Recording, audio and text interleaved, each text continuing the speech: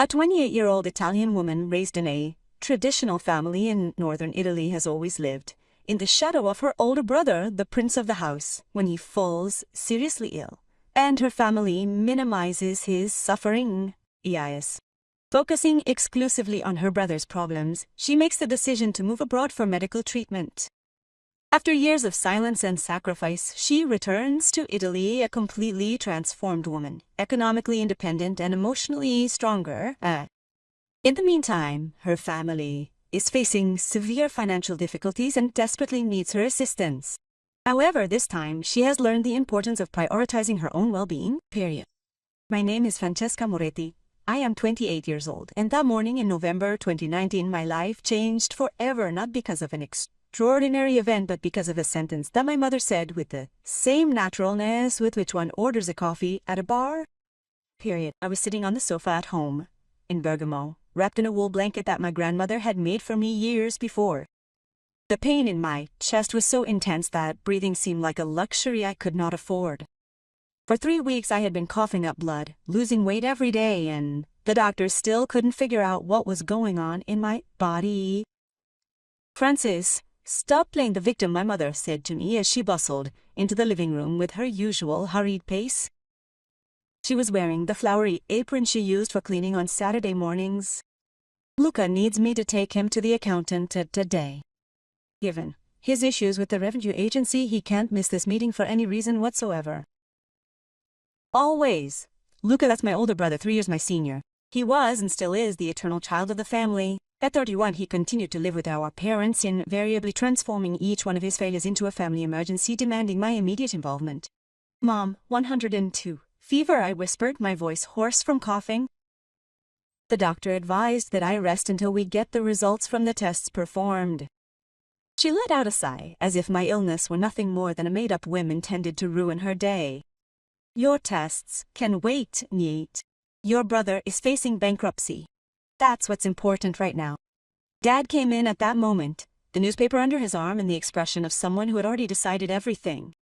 "Francesca, your mother is right.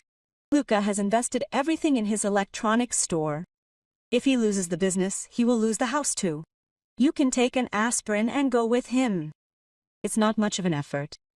It's not much of an effort. Those words sank into my chest more deeply than the physical pain. I looked at my parents. He at 62, with that big belly he hid under sweaters, always too tight. She, with her hair dyed a blonde that hadn't suited her for years.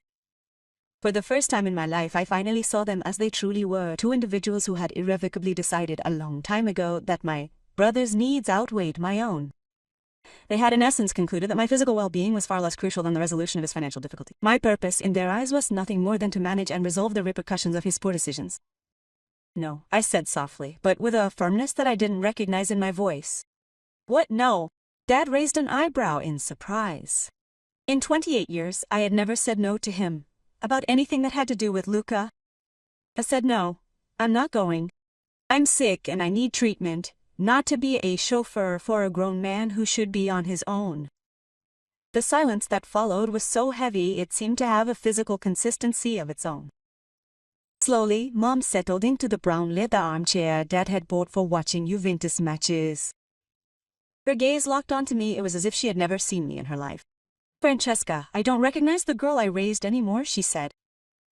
Finally, with that disappointed tone she had perfected over the years. "Your brother could always count on you." What had changed? What had changed? Perhaps the fact that 3 weeks earlier I had coughed up blood for the first time, and instead of rushing to the hospital, I had first had to accompany Luca to sign the papers for a loan he would never be able to repay.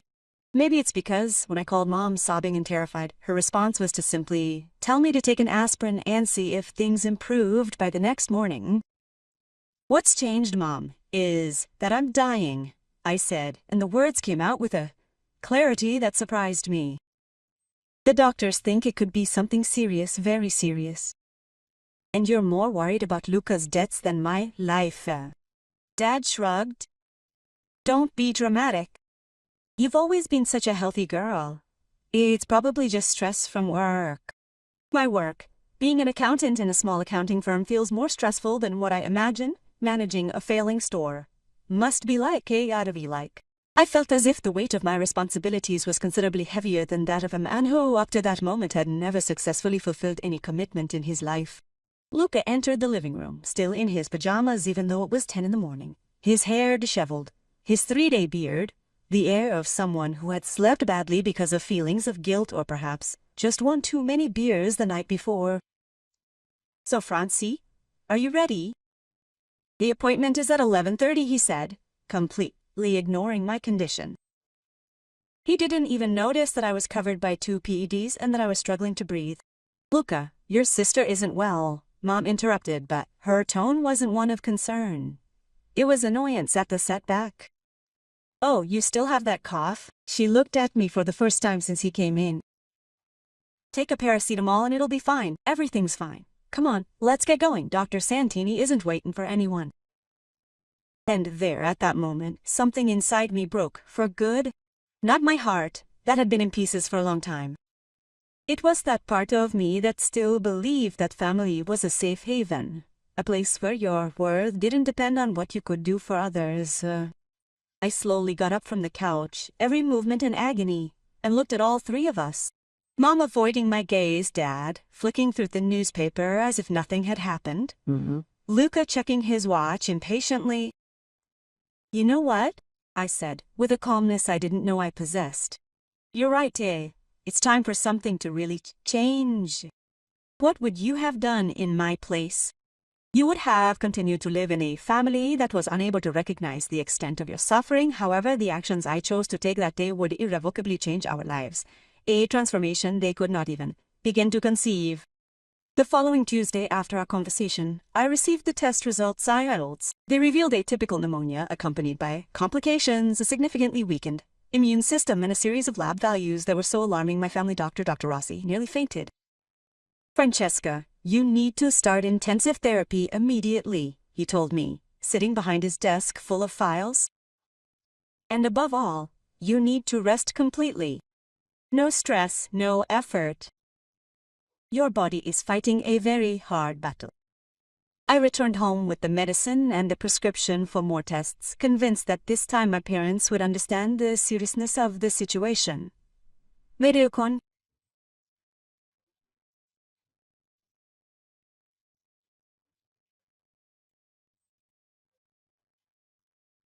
"Mom, I have the results," I said, placing the envelope on the kitchen table. Period. She continued stirring the sauce without even looking up. Good. "Listen, Luca has another appointment with the notary tomorrow. He is asking for your presence and perhaps that you act as a guarantor for the new loan he's getting. Do you know how he gets confused with numbers?" "Mom, did you hear what I said?" "Huh? Test results?" "Yes, honey, but I can't read them right now. My hands are covered in tomato sauce. Put them on the living room table. I'll look at them after lunch." After lunch. It's as if they view my health as just another bureaucratic task, something to be completed in my spare time, between a coffee and watching a game on TV. That evening, while the family was watching the usual Saturday night movie, Dad was already snoring in the armchair. Mom was knitting a sweater for Luca, and Luca was on the phone with his girlfriend on duty. After making what was undoubtedly the hardest decision of my life, I then went to my room and started the process of finding a job overseas. I decided against going to Europe or anywhere else where my parents could easily find me and drag me into Luca's emergencies. Far, far away.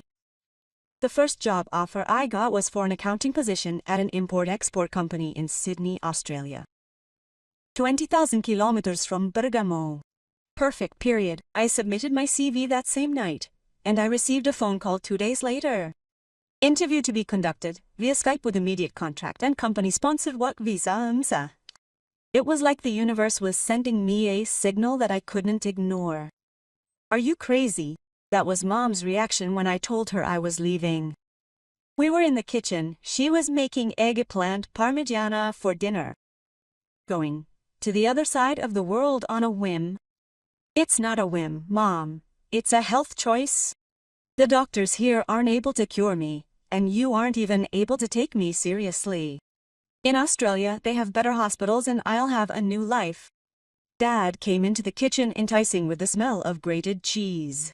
Francesca, you cannot leave the family right now when Luca is in need of your help. He's already lost 2 important clients this month. And I've lost 5 kilograms in 3 weeks, Dad. I lost the ability to breathe normally. I've lost confidence. My family loves me enough to put my health before what Luca is dealing with right now. Luca came along just in the nick of time, with his customary perfect timing for making things dramatic. What's going on? I hear shouting from 3 floors up. Your sister wants to go to Australia, Mom said in the tone of someone announcing a natural disaster. Australia, are you an idiot? Luca looked at me as if I had said I wanted to go to the moon. Who will help me with the shop? Who will take me to appointments? You can't abandon me right now. And there, in that sentence, was the whole truth of my family. Not Francesca, we'll miss you. Not what will we do without you, but who will help me with the shop. As if I were an appliance useful as long as it works, replaceable when it breaks. Nah. Luca, you're 31, I said with a patience I didn't even know I had. It's time you learn to do things on your own. But my sister addressed my parents as if I were family property that I was stealing. Migan. He can't just decide to leave, but he can. Can I? I replied. And I will. The flight is in 2 weeks. The silence that followed was different from the one a few days before. This wasn't surprise, it was shock.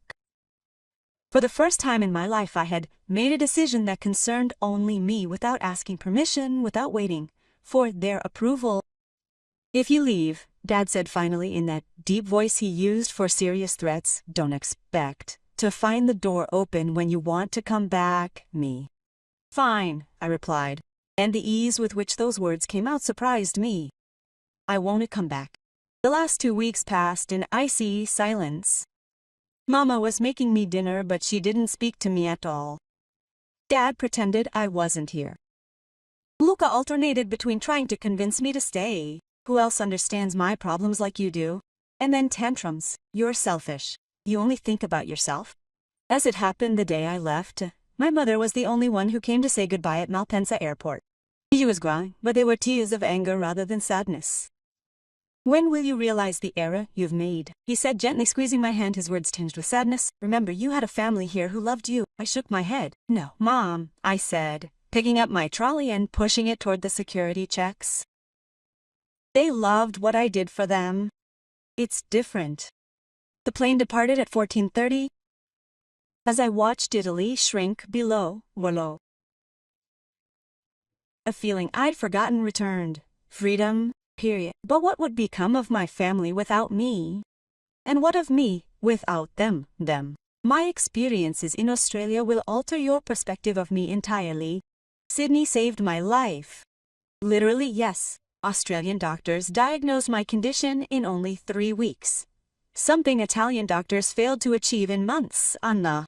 It was a rare case of allergic asthma combined with a resistant bacterial infection. The appropriate treatment, along with a climate kinder to my lungs than the humidity of the Po Valley, produced remarkable results. Within 6 months, I was healthier than I had been in years. However, the real recovery wasn't physical. It was a profound mental shift. My role at the import-export company was key. I enjoyed it. My coworkers respected my competence, not my willingness to cater to their personal needs. There were no expectations for me to solve their family problems or sacrifice my leisure time, their emergencies. Period. For the first time in my life, I was simply Francesca.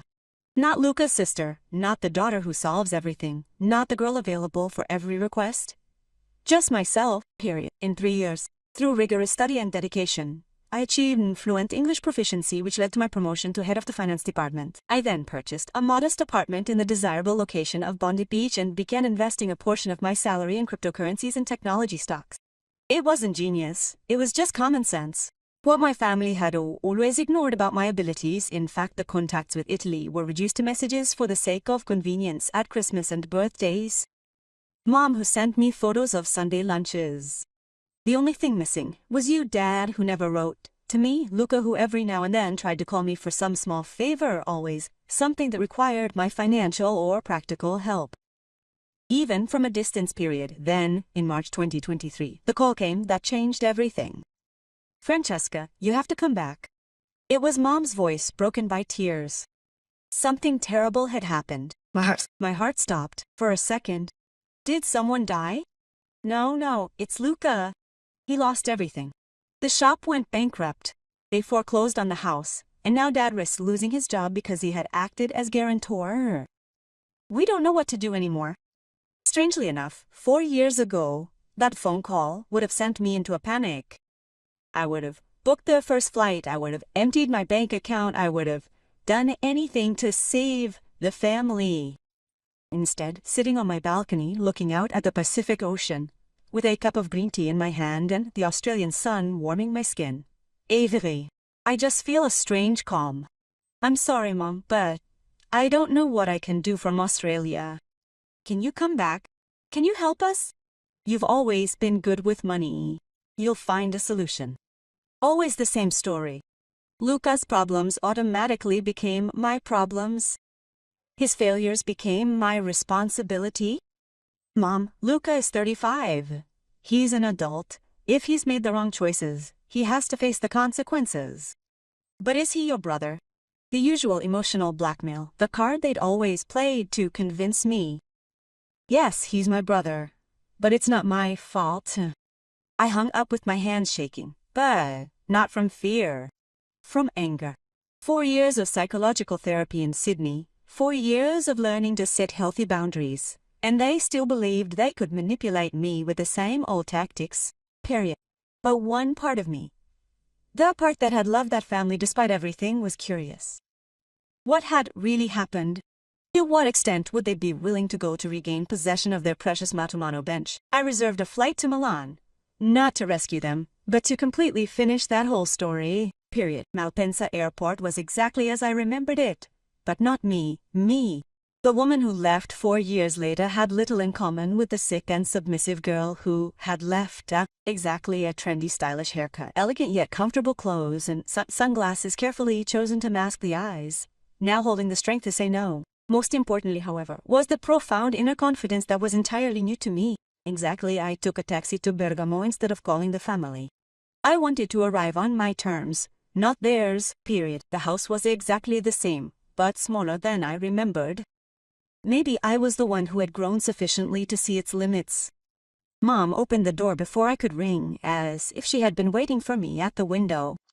The wear and tear of years was evident. On her face, her hair was now completely gray, and the lines around her eyes told a story of hardship. Francesca said, and for a moment, she looked like she was about to cry. Then she looked at me more closely, noticed my clothes, my posture, something in the way I held myself, and her expression changed. Are you okay? Very well. Yes, Mom. I am very well. She let me in, and the living room was a museum of their financial difficulties. The new television was gone, replaced by the old one that used to be in the kitchen. The expensive knickknacks that Dad had collected over the years were gone.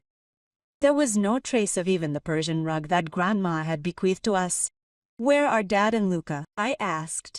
Dad is at work. Luca hesitated. Luca is not feeling very well.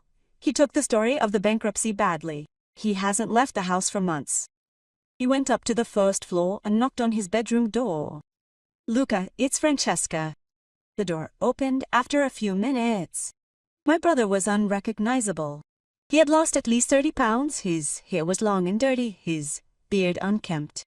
He was wearing the same tracksuit he used to wear to the gym when we were 20. Francie said, and her voice was that of a scared child. Are you back? I came to visit. How are you? She hugged me suddenly, and felt how much. Fermagrido. I ruined everything. Everything. The shop, Dad's money, the family's trust. I don't know what to do. For the first time in my life, I looked at my brother and felt passion instead of obligation. He was a broken man, but he was also a man who had always had someone ready to save him from the consequences of his actions. Now, for the first time, he was facing reality alone. Luca, what do you think you should do? I don't know. That's why I need you. You always know what to do. You always solve everything. That was the difference. Old Luca was giving orders, demanding help as if it were a right. This Luca was asking, humbly, desperately. No, Luca, this time you have to find the solution on your own. That evening, when Dad came home from work, we all sat around the kitchen table. The atmosphere was tense, full of unspoken expectations and fears. So, Dad said, getting straight to the point as always, "Have you decided to help us or not?" "It depends," I replied. "Help you, like? Luca needs €50,000 to start over. You made money in Australia, it shows. You can lend it to us." €50,000, precisely the amount I'd built up in my emergency fund, the result of years of dedicated effort and careful investment strategies. What if I said no? The silence was deafening. Then Dad exploded. "Come on, Shirley, we are your family. We rely on you, and yet you've turned your back, Hack. Just like I turned my back when I was sick and you were thinking only about Luca's problems." A low blow, but necessary. Mom looked down. Dad flushed with anger. "This was a different situation," he muttered. "No, Dad, this was exactly the same situation. Only now the roles were reversed." I stood up from the table and looked at all three of them. A family that had dictated the course of my life for 28 years, influencing and shaping me, only to ultimately reject me when I dared to prioritize my own well-being. "Here's my offer," I said calmly. "Luca, if you really want to rebuild your life, I'll pay for a vocational training course. Something that will teach you a real trade, not another attempt at being a salesman. I'll also give you euro 3,000 euros to live on while you study, but no more." Dremel euro? Luca looked like he was about to cry. "Francesca, I need so much more." "I know. And that's exactly why I'm only offering you this, because for the first time in your life, you're going to have to learn what it means to get by on very little." I turned to my parents and the two of you. If you really want me to be part of this family again, you have to do one thing. "What?" Mom asked suspiciously. "You have a duty to apologize for every time you disregarded my health, for every instance where you put Luca's capricious desires ahead of my genuine requirements, and for making me feel as though I don't exist within my own family, orgoglio." The request completely threw them off. They probably expected anything: money, practical help, even forgiveness, but not this. Apologize. Dad seemed almost offended. "But we have always loved you." "No, Dad, you have always loved what I did for you." "It's different. And what would you have done? You would have forgiven a family that had treated you like a tool instead of a person." The next day I flew back to Australia, but not before, leaving my phone number and a clear message: when they are ready to see me for who I am, not for what I can give, nor I will be there. In fact, 6 months later, I received a letter. Not a text, not a phone call, but a real letter, one handwritten by my mother. "Dear Francesca," it began. "You are right. We apologize. Sometimes the sweetest victories are the ones that come when you least expect them, and sometimes the truest family is the one you have to force to grow up, just like they forced me to. My trips back to Italy have increased to twice a year. I'm no longer seen as the family savior, but as Francesca, the real me, the person I've always been, but whom they've now finally come to understand.